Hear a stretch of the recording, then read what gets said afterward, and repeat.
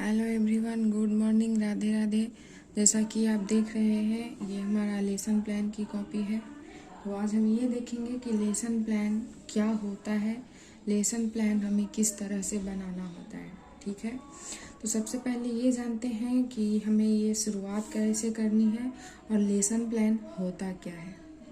तो हम lesson plan बनाने से पहले और लेसन प्लान जानने से पहले ये देख लेते हैं कि इस कॉपी में हमें क्या क्या भरना है।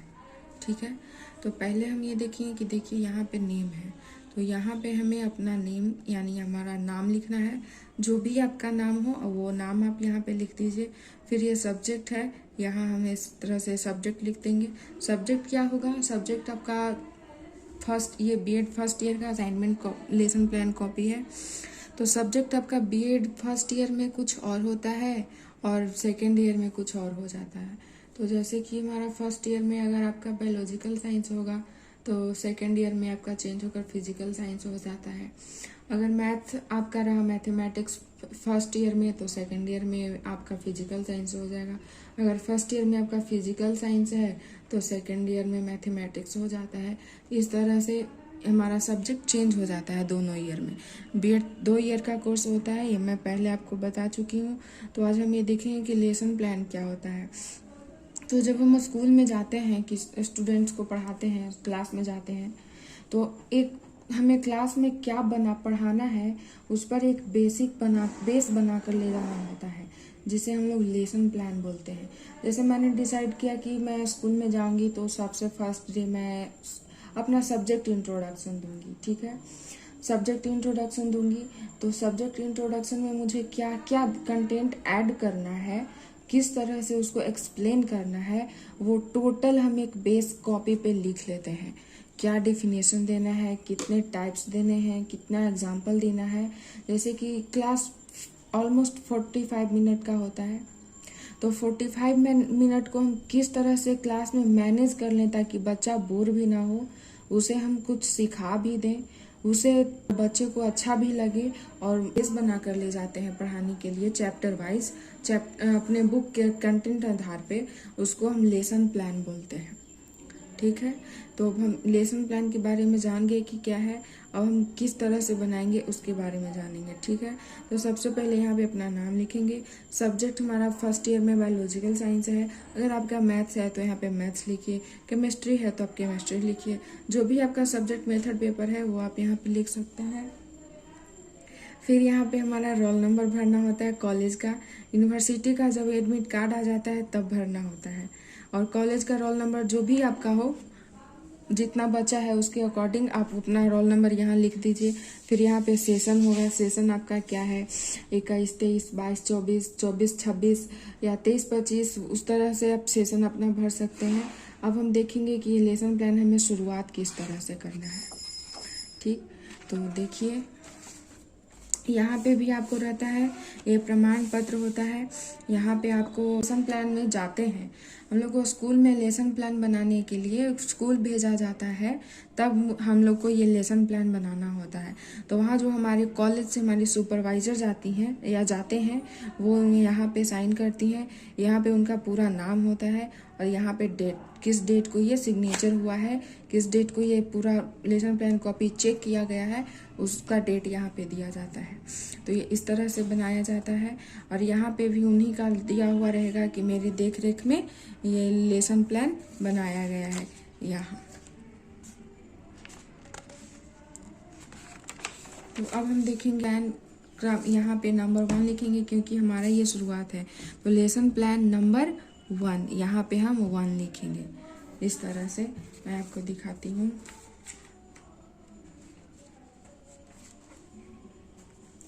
यहाँ पे नंबर 1 लिखेंगे। फिर यहाँ पे स्कूल नेम, जिस स्कूल में आपको भेजा जाएगा। जैसे कि देखिए, एक ही मेरे पास ये रेडी है, 2 लेसन प्लान की कॉपी दी जाती है, तो एक मैंने ये बना लिया है पहले। तो देखिए जैसे कि यहाँ पे नंबर 1 लिखेंगे। फिर ये नेम ऑफ स्कूल, जिस स्कूल में आपको इंटर्नशिप के लिए भेजा जाता है उस स्कूल का नाम यहाँ पे लिखना होता है। उस स्कूल का नाम आप यहाँ पे लिखेंगे।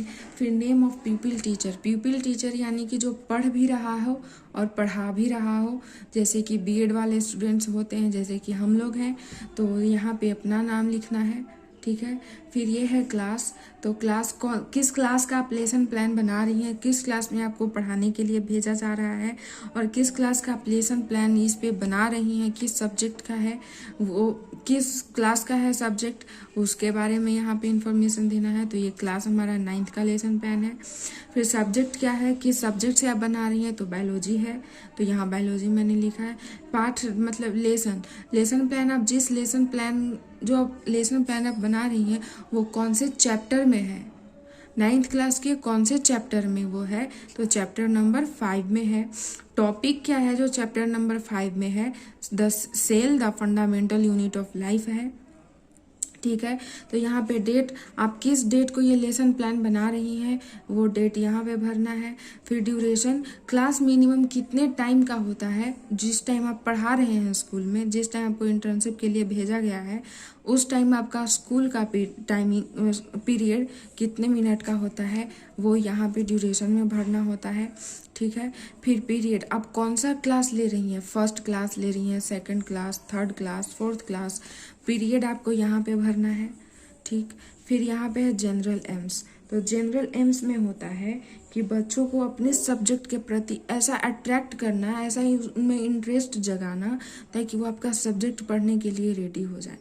इस तरह के कुछ इसमें लिखने होते हैं, जैसा कि मैंने लिखा है, to generates interest in biology to the student, मतलब कि हम लोग बायोलॉजी बच्चों को क्यों पढ़ाना चाहते हैं, ताकि उनका बायोलॉजी की तरफ इंटरेस्ट जागे, बायोलॉजी से यूजफुल है क्यों, क्या ताकि उनका इंटरेस्ट जागे। फिर ये 5 जनरल एम्स जो हैं वो 5 लिखने होते हैं, ठीक है। तो एक तो हो गया कि उनका इंटरेस्ट जागे। फिर हम उनको बायोलॉजी के बारे में क्यों सिखाना चाहते हैं, ताकि उनका साइंटिफिक एटीट्यूड है वो उस बच्चे में आ जाए, मतलब इंटरेस्ट बढ़े, इसलिए साइंस पढ़ाते हैं। फिर to develop logical and exploration in students, उनका यानी कि बोलने का, एक्सप्लेन करने का तरीका सिस्टमेटिक हो सके। फिर to develop skill of practice and experiment, जैसा कि हम लोग सब जानते हैं कि जैसे साइंस में चाहे स्ट्रीम कोई भी हो, पीसीबी हो, पीसीएम हो या पीसीएमबी हो, कोई भी डिपार्टमेंट हो, या फिर ऑनर्स हो जाए, या फिजिक्स से ऑनर्स हो जाए, केमिस्ट्री ऑनर्स हो जाए, बायोलॉजिकल ऑनर्स हो जाए, कोई भी ऑनर्स हो जाए, साइंस में एक्सपेरिमेंट यानी प्रैक्टिकल बहुत ज़्यादा होता है। तो वो प्रैक्टिकल, प्रैक्टिस और एक्सपेरिमेंट करने का जो तरीका होता है वो बच्चों को समझ में आ जाए, एक्सपेरिमेंट करने का अक्ल उन बच्चों में आ जाए, इसलिए हम लोग साइंस पढ़ाना चाहते हैं, बायोलॉजी पढ़ाना चाहते हैं। To develop the skill of making diagram, especially जब बायोलॉजी के स्टूडेंट होते हैं वो डायग्राम में मास्टर्स होते हैं, हर तरह के डायग्राम वो बना लेते हैं, तो इसलिए भी उनको बायोलॉजी की तरफ अट्रैक्ट करेंगे ताकि वो बायोलॉजी डायग्राम अच्छे से बना सकें। ना कि बायोलॉजी का, केमिस्ट्री में भी डायग्राम होते हैं, बीकर बनाना, फनल बनाना, हर तरह का डायग्राम उनको अच्छे से बनाना आ जाए।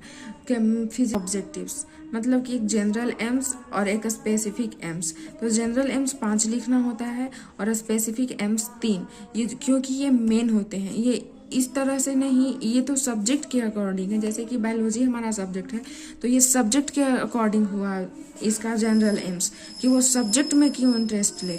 और स्पेसिफिक ऑब्जेक्टिव्स जो होता है वो हमारे टॉपिक को नज़र में रखकर लिखा जाता है।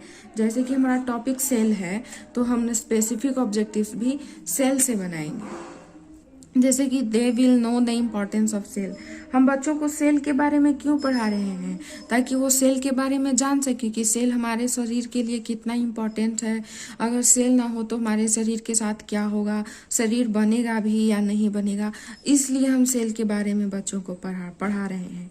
तो ये 3 लिखना होता है, तो एक हमारा हो गया, बाकी दूसरा they will know about different types of cell and their groups, जैसे कि सेल से तो हमारी बॉडी बनती है, लेकिन किस टाइप के सेल हमारे बॉडी में होती है, सेल कितने तरह के होते हैं, किस टाइप का सेल यूनिसेलुलर होता है, सेल यूनिसेलुलर क्यों होता है, सेल मल्टी सेलुलर क्यों होता है, सेल के डिफरेंट टाइप्स ऑफ ग्रुप क्यों होते हैं, ये सब बच्चों को समझा सके, इसलिए हम सेल पढ़ाएंगे। ठीक है। फिर थर्ड है हमारा they will know how cells made our body.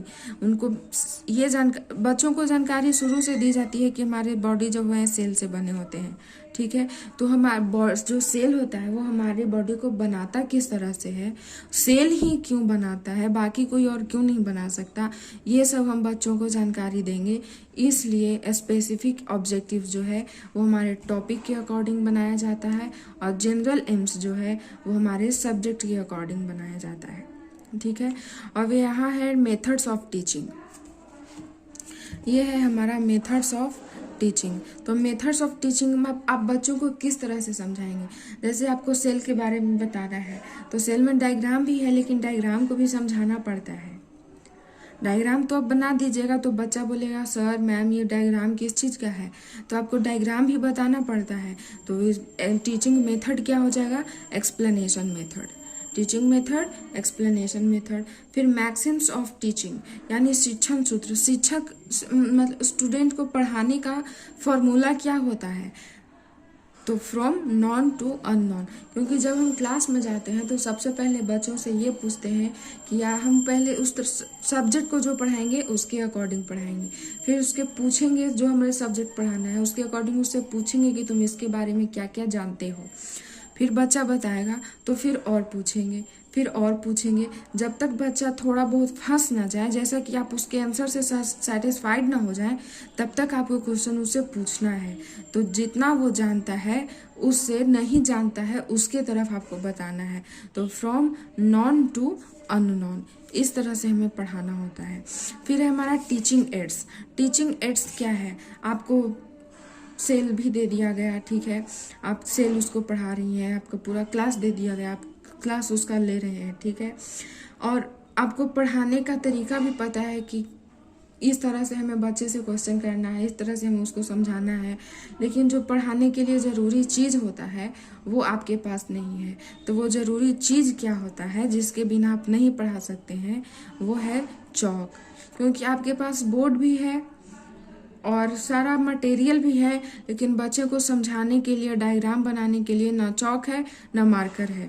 तो आप किस तरह से बनाएंगे, तो सबसे हमारा पहला टीचिंग एड्स जो होता है वो चॉक होता है। फिर ठीक है, आपने बोर्ड पे लिख दिया चॉक से एक बार, फिर बोर्ड फुल हो गया तो वो पेज तो है नहीं कि उसको पलट देंगे। और स्कूल में स्मार्ट बोर्ड्स उतने होते नहीं हैं कि अब पेज को आप स्लाइड कर देंगे। तो इसके लिए पहले डस्टर चाहिए, ठीक है, चॉक, डस्टर। और आप क्योंकि परमानेंट टीचर नहीं हैं, आप इंटर्नशिप में गए हैं, तो आपको कुछ तैयारी घर से कर कर जाना होता है। इसलिए एक हमें रोलिंग बोर्ड चाहिए, क्योंकि वहाँ टाइम आपको कम दिया जाता है। क्योंकि एक पॉइंटर, ताकि आप बोर्ड से थोड़ा दूर रहेंगे तो बच्चा को दिखाई देगा।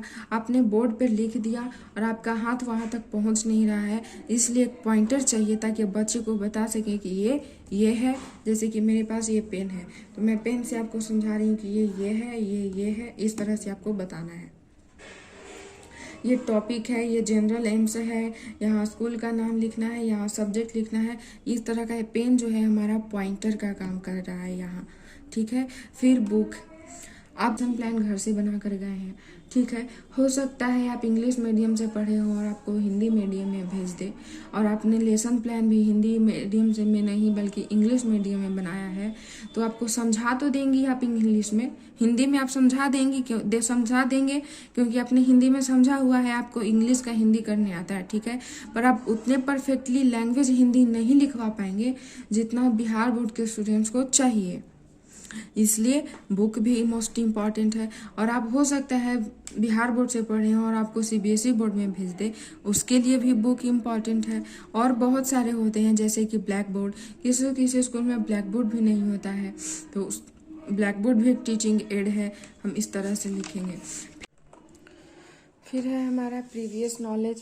प्रीवियस नॉलेज में है कि आपने सेल के बारे में बच्चों से पूछा तो बच्चों ने आपको जवाब दे दिया, ठीक है। फिर आपने पूछा, वो बच्चे फंस गए, तो इसलिए कुछ तो वो सेल के बारे में जानते हैं, इसलिए हम लिखेंगे यहाँ स्टूडेंट्स नो अबाउट सेल्स, यानी कि सेल्स के बारे में बच्चे जानते हैं। फिर आता है इंट्रोडक्शन। अभी इस लेसन प्लान की शुरुआत कैसे होगी, ये तो शुरुआत इधर से हो गई, लेकिन ये जो बीच में क्वेश्चन पूछने का मैटर आ रहा है वो हम बच्चों से टॉपिक तक सब्जेक्ट से कैसे पहुंचेंगे उसके बारे में हम पढ़ेंगे। ठीक है, तो हमें पढ़ाने के लिए मिला है कि आपको बायोलॉजी पढ़ाना है। तो बायोलॉजी तो ठीक है, लेकिन हमारा फर्स्ट क्लास है। फर्स्ट क्लास में थोड़ा नर्वसनेस भी होता है, तो नर्वसनेस को दूर करते हुए हमें बच्चों को अपने सब्जेक्ट से अपने टॉपिक तक, जो कि हम पहले से सोच कर गए हैं कि हमें यही पढ़ाना है, कैसे पहुंचेंगे। तो बच्चों को तो पता है कि आज बायोलॉजी पढ़ना है, सब्जेक्ट उन लोगों को पता है कि इस पीरियड में हमें ये सब्जेक्ट पढ़ना है। तो हम शुरुआत करेंगे कि हेलो बच्चों, आप बायोलॉजी के बारे में क्या जानते हैं। सबसे पहले हम बच्चों का इंट्रोडक्शन लेंगे। कुछ बच्चे से अपना नाम पूछेंगे। कुछ बच्चों पहले क्लास में जाएंगे तो कौन हूँ, कहाँ से आई हूँ या कहाँ से आया हूँ, पहले अपना नाम बताएंगे, फिर अपने बारे में कुछ बताएंगे। आप वहाँ क्यों गए हैं इसलिए उसका कारण बताएंगे। आप उनके टीचर की जगह आप क्यों पढ़ा रहे हैं, ये बच्चे भी आपसे क्वेश्चन कर सकते हैं। तो आपको बच्चों को अच्छे से प्यार दुलार से ये बताना भी है कि आप वहाँ क्या करने गए हैं। ठीक है, पर ये आपको क्लियरली नहीं बताना है कि मैं 1 मंथ के लिए ही आया हूँ या आई हूँ, क्योंकि हमें लीक आउट करना नहीं होता है। फिर हमारा है कि हम बच्चों का इंट्रोडक्शन लेंगे। फिर हम बच्चों से पूछेंगे कि आपका नाम क्या है। आप खेल खेल में ये बच्चों को कैसे सिखा देना है, ये हम आज देखेंगे। तो पहले हम पूछेंगे उनका अपने बारे में इंट्रोडक्शन देंगे, फिर उनसे उनके बारे में पूछेंगे। बच्चे थोड़े नॉर्मल हो जाएंगे और आपका नर्वसनेस भी कम हो जाएगा। फिर आपको नर्वसनेस भी उतना नहीं लगेगा सबसे मिलने के बाद। फिर हम अपने सब्जेक्ट पे आएंगे। तो सब्जेक्ट है हमारा बायोलॉजी। तो बच्चों से पूछेंगे कि आप लोग बायोलॉजी के बारे में आप क्या जानते हैं, बायोलॉजी में हम किसके बारे में पढ़ते हैं। तो हो सकता है कुछ बच्चे बताएं, कुछ बच्चे ना बताएं। तो इसका राइट आंसर तो ये है कि लिविंग थिंग के बारे में पढ़ते हैं बायोलॉजी में। तो बच्चों ने जवाब दे दिया। फिर हम आगे पूछेंगे कि what is living things made, यानी कि जो लिविंग थिंग्स है वो किस चीज से बना होता है। पहला हमारा सब्जेक्ट से रिलेटेड क्वेश्चन था कि बायोलॉजी क्या है। फिर जो आंसर आएगा उसके अकॉर्डिंग हमें दूसरा क्वेश्चन बनाना है। जैसे कि बच्चों ने बताया study of living thing is called biology. तो ये हमारा टॉपिक बायो का निकल गया, ये सब्जेक्ट इंट्रोडक्शन खत्म हो गया। अब हम दूसरा आंसर के अकॉर्डिंग क्वेश्चन बनाएंगे। लिविंग थिंग्स, बच्चों ने लिविंग थिंग्स का यूज किया, तो हम यहाँ पूछेंगे कि लिविंग थिंग्स किससे बना होता है। तो वो आ गया सेल। ये भी हो सकता है कि कुछ बच्चे जवाब दें, कुछ बच्चे ना दें, पर ज्यादातर बच्चे दे देंगे। तो यहाँ हमारा टॉपिक जो हम घर से सोच कर गए थे कि हमें सेल पढ़ाना है, वो हमारा टॉपिक सेल निकल गया। अब हम ये सेल पूछेंगे कि सेल क्या है। ये ध्यान में रखना है कि जो हमारा स्टूडेंट्स आंसर देगा उसके अकॉर्डिंग हमें क्वेश्चन पहले से ही सोचकर बना लेना है और वही क्वेश्चन वहाँ पूछना है, ताकि अब फर्स्ट क्लास आपका है, आप नर्वस ना हो जाए। फिर क्वेश्चन आया, यहाँ टॉपिक आया सेल। फिर हम अगला क्वेश्चन पूछेंगे कि व्हाट इज सेल, सेल क्या है, सेल के बारे में आप क्या जानते हैं या सेल के से आप क्या समझते हैं। क्वेश्चन घुमा फिरा कर किसी भी तरह से पूछ सकते हैं। तो आंसर आएगा हमारा structural and functional unit of life, यानी कि स्ट्रक्चरल और फंक्शनल यूनिट ऑफ लाइफ है हमारा जो सेल है। ठीक है, फिर हम ये यहीं से क्वेश्चन निकालेंगे कि ठीक है, सेल तो हमारा स्ट्रक्चरल फंक्शनल यूनिट है, लेकिन सेल का खोज किसी ने तो किया होगा। तो किसने किया और कब किया, क्वेश्चन एक हमारा ये आता है। तो इसका आंसर है रॉबर्ट हुक ने किया और 1665 में किया। ठीक है, तो फिर हमारा क्वेश्चन आता है कि अच्छा, रॉबर्ट हुक ने सेल का खोज तो किया, लेकिन वो सेल का खोज किस तरह से किया, उन्होंने सबसे पहले सेल को कहाँ देखा था। इस क्वेश्चन में बच्चा फंस जाएगा और ये हमारा प्रॉब्लमेटिक क्वेश्चन बन जाएगा। और फिर हम यहाँ बताएंगे कि बच्चों आज तो आपने जो बताया वो अच्छा बताया, लेकिन हम सेल पढ़े, बायोलॉजी में तो हम पढ़ रहे हैं, लेकिन उसमें हम सेल टॉपिक के बारे में जानेंगे। ठीक है, सेल के बारे में पढ़ेंगे। फिर आपको वहाँ बोर्ड पे बीच में, जैसे कि ये हमारा बोर्ड है, तो यहाँ बीच में आपको टॉपिक और टॉपिक के यहाँ पे टॉपिक के बगल में सेल आपको लिख देना है और उसके बाद हमारा क्लास स्टार्ट हो जाएगा। तो ये हमारा क्लास का शुरुआत है, ये हमारा प्रेजेंटेशन किस तरह से बच्चों को पढ़ाना है। तो फिर ये हमारा स्टेप आता है, इसमें प्रेजेंटेशन है। फिर ये हमारा टीचिंग पॉइंट होता है। टीचिंग पॉइंट में हमें लिखना होता है कि आप क्या पढ़ा रहे हैं, आप क्या पढ़ा रहे हैं, आपका टॉपिक का जो हेडिंग होता है वो हमें टीचिंग पॉइंट में भरना होता है। फिर प्यूपिल टीचर एक्टिविटी, यानी कि जो पढ़ भी रहा है पढ़ा भी रहा है, यानी कि स्टूडेंट भी है और टीचर भी है, वो क्या बोल रहा है और क्या पढ़ा रहा है वो इसमें लिखना है। क्वेश्चन क्या रहेगा, हेडिंग क्या रहेगा, वो इसमें लिखना है टीचिंग पॉइंट में। और बस वो प्यूपिल टीचर क्या बोल रहा है और क्या लिख रहा है वो हमें प्यूपिल टीचर एक्टिविटी में लिखना होता है।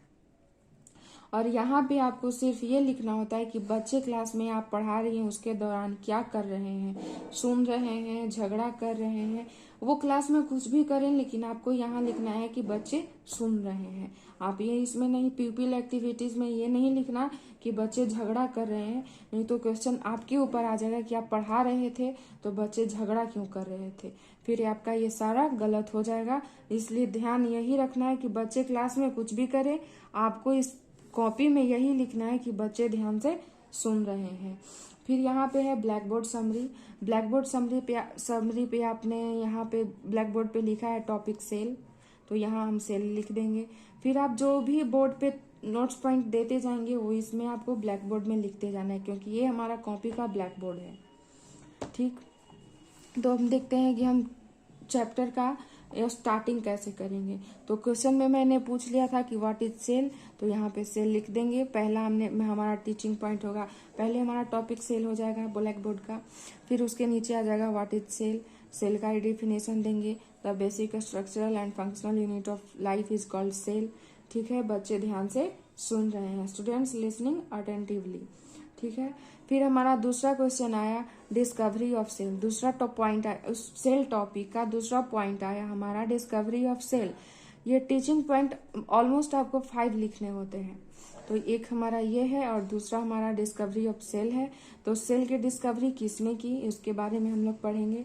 तो सेल की डिस्कवरी रॉबर्ट हुक ने की 1665 में, इस तरह से आपको लिखना है। फिर वो किस तरह से स्लाइस बनाए, किस तरह से कॉर्क को देखा, किस तरह से उनका स्ट्रक्चर था उनके दिमाग में, उनको कैसा लगा, वो सब हम लिखेंगे।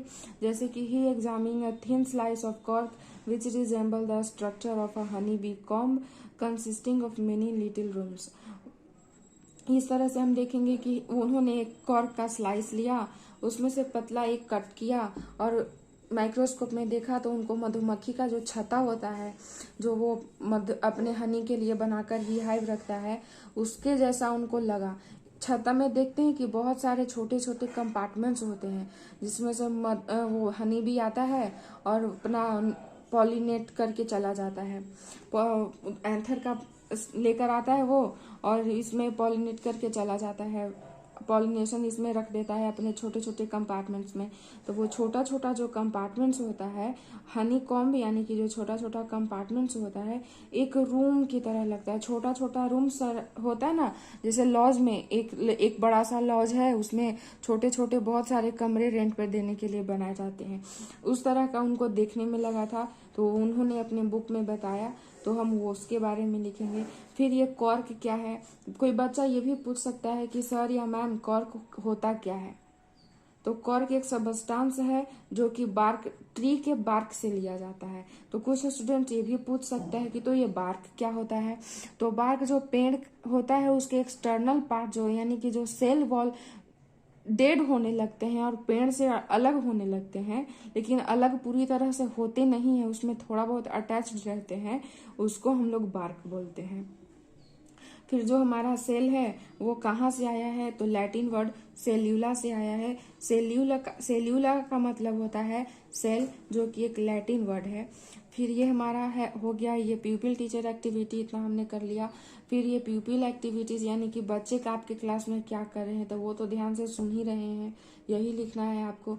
फिर हमारा ब्लैक बोर्ड समरी, इतना आपने बताया बच्चों को, लेकिन कुछ पॉइंट इसमें ना लिखकर जो छोटे छोटे पॉइंट हैं उसको आपको ब्लैक बोर्ड समरी में लिख देना है।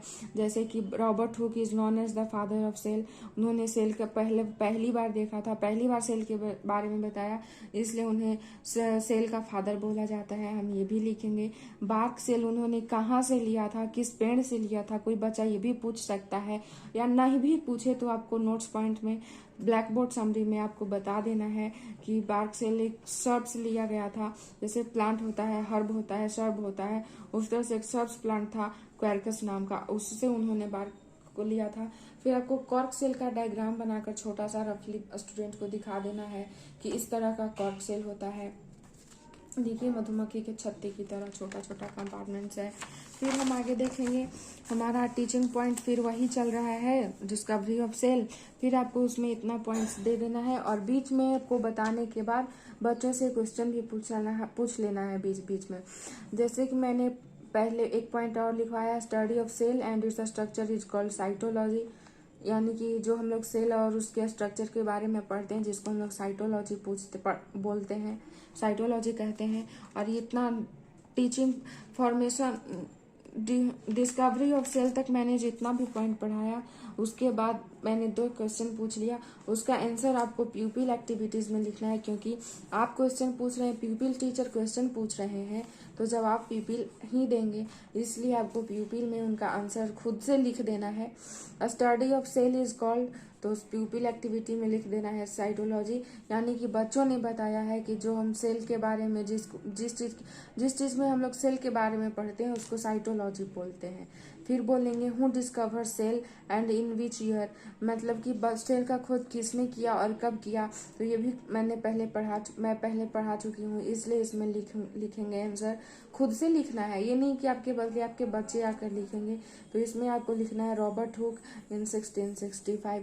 फिर आ जाएगा हमारा अगला टॉपिक, फॉर्मेशन ऑफ सेल। आप फॉर्मेशन ऑफ सेल इस तरह से देख लीजिए, आपको इसी तरह से लिखना है। फिर ब्लैक बोर्ड समरी में आपको इस तरह से मेंशन कर देना है, कुछ पॉइंट्स इसमें भी बता देना है, ब्लैक बोर्ड समरी में भी बता देना है। फिर हमारा टीचिंग पॉइंट 3 तो हो गया फॉर्मेशन ऑफ सेल। फिर हमारा टीचिंग पॉइंट आ गया 4 types of cell on the basis of number of division. Cell को 2 बेसिस के आधार पर बांटा जाता है, एक डिवीजन के नंबर ऑफ बेसिस मतलब सेल के नंबर प्रेजेंस पर, और दूसरा न्यूक्लियस के बेसिस पे। तो इसमें भी हर एक टॉपिक हर एक पॉइंट से, जैसे कि मैंने आपको पॉइंट 2 में भी बताया कि 2 क्वेश्चन पूछना है, फिर पॉइंट 3 से भी यानी फॉर्मेशन ऑफ सेल से भी 2 क्वेश्चन पूछना है। New cell form from process, मतलब न्यू सेल किससे बनते हैं, तो सेल डिवीजन से। व्हाट मेड ऑल ऑर्गेनिजम्स, पूरे लिविंग ऑर्गेनिज्म है किससे बना होता है, तो सेल से। आपको इस तरह के हर एक टॉपिक में 2 क्वेश्चन पूछते जाना है। फिर हमारा टॉपिक टीचिंग पॉइंट 4 आ जाता है, types of cell on the basis of division, यानी सेल के टाइप नंबर ऑफ डिवीजन के आधार पर और नंबर ऑफ सेल के आधार पर कितने होते हैं, तो मल्टी सेलुलर और यूनिसेलुलर होते हैं। इस तरह से आपको लिख देना है। फिर कुछ पॉइंट आपको ब्लैक बोर्ड समरी में भी लिख देना है, और क्वेश्चन का आंसर जो आएगा हमारा हमेशा प्यूपिल एक्टिविटी में ही आएगा। क्वेश्चन कौन आस्क करेगा, प्यूपिल टीचर एक्टिविटीज में आ जाएगा, और क्वेश्चन का आंसर कौन देगा, तो प्यूपिल एक्टिविटीज में आ जाएगा। ठीक है, और ये दोनों आपको खुद से करने हैं, क्योंकि ये कॉपी आपको बनानी है। फिर है हमारा टीचिंग पॉइंट 5 आ गया हमारा यहाँ, टीचिंग पॉइंट 5 हमारा आ गया, types of cell on the basis of formation of nucleus, यानी न्यूक्लियस के आधार पर हमारे सेल कितने टाइप्स के होते हैं।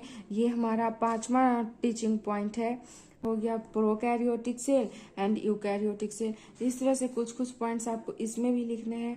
फिर प्यूपिल एक्टिविटीज में यहाँ पे आपको स्टूडेंट्स लिसनिंग अटेंटिवली, यानी बच्चे ध्यान पूर्वक सुन रहे हैं। फिर हमारा ब्लैक बोर्ड समरी में कुछ एग्जाम्पल भी आपको दे देना है। फिर यहाँ पे मैंने यह जैसे कि प्रोकैरियोटिक का बता दिया है ब्लैक बोर्ड समरी पे कि प्रो मतलब फॉल्स, कैरियोटिक मतलब न्यूक्लियस, दोनों मिलाकर प्रोकैरियोटिक हो गया। फिर यूकैरियोटिक्स में भी मैंने यही किया है कि presence of nucleus, you means true, karyotic means nucleus, दोनों मिलाकर यूकैरियोटिक, ये हो गया। इस तरह से हमें बनाना है।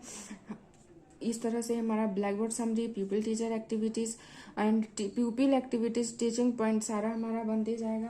फिर हमारा आता है क्लोजर यानी शिक्षण अवसान। अब हमारा क्लास के एंड की ओर धीरे धीरे बढ़ रहा है और ये ध्यान देना है कि एक दिन में ऑलमोस्ट 2 से 3 ही टीचिंग पॉइंट रखना है। ये तो टीचिंग पॉइंट हमारा लेसन प्लान के लिए ज़रूरी था 5 टीचिंग पॉइंट, लेकिन आपको क्लास में ये ध्यान देना है कि आप 2 से 3 ही टीचिंग पॉइंट पढ़ाएं, नहीं तो आपके लिए ही प्रॉब्लम क्रिएट हो सकता है। ठीक है, फिर हमारा ये रिकैप्चुलेशन हो जाता है, यानी कि जब आपका टीचिंग पॉइंट खत्म होने लगे, यानी खत्म आपका टीचिंग पॉइंट हो जाए, तो उसके बाद हम पूरा जो क्लास में हमने किया वो फिर से एक बार रिकॉल कर देंगे बच्चों को कि ठीक है आज हम फिर से शुरू से देखते हैं कि हमने क्या पढ़ा। तो हमने पढ़ा क्या, सेल का डिफिनेशन पढ़ा, cell is the structure basic structural and functional unit of life पढ़ा, सेल किससे बना होता है तो प्रोटोप्लाज्म से बना होता है, सेल की डिस्कवरी किसने की तो रॉबर्ट हुक ने की, कब की तो 1665 ईस्वी में की। तो फिर सेल का खोज किस तरह से हुआ, उन्होंने कहाँ देखा तो बार्क सेल को देखा, कॉम्प्लेक्स स्ट्रक्चर था, लिटिल कंपार्टमेंट्स थे इसलिए उनका सेल नाम रख दिया। सेल आया कहाँ से तो सेल्यूला से आया। सेल कितने टाइप्स के होते हैं तो सेल 2 टाइप्स के होते हैं, यूकैरियोटिक और प्रोकैरियोटिक। इस तरह से हम लोग लिख देंगे। फिर इवैल्यूएशन में क्या करेंगे, इवैल्यूएशन में हम बच्चों से क्वेश्चन पूछेंगे, बोलेंगे कि ठीक है पहले डिटेलिंग पढ़ा दिया, फिर आपको शॉर्ट पॉइंट्स बता दिए, अब आप हमें ये बताओ कि मैं क्वेश्चन पूछती हूँ आपको आंसर देना है।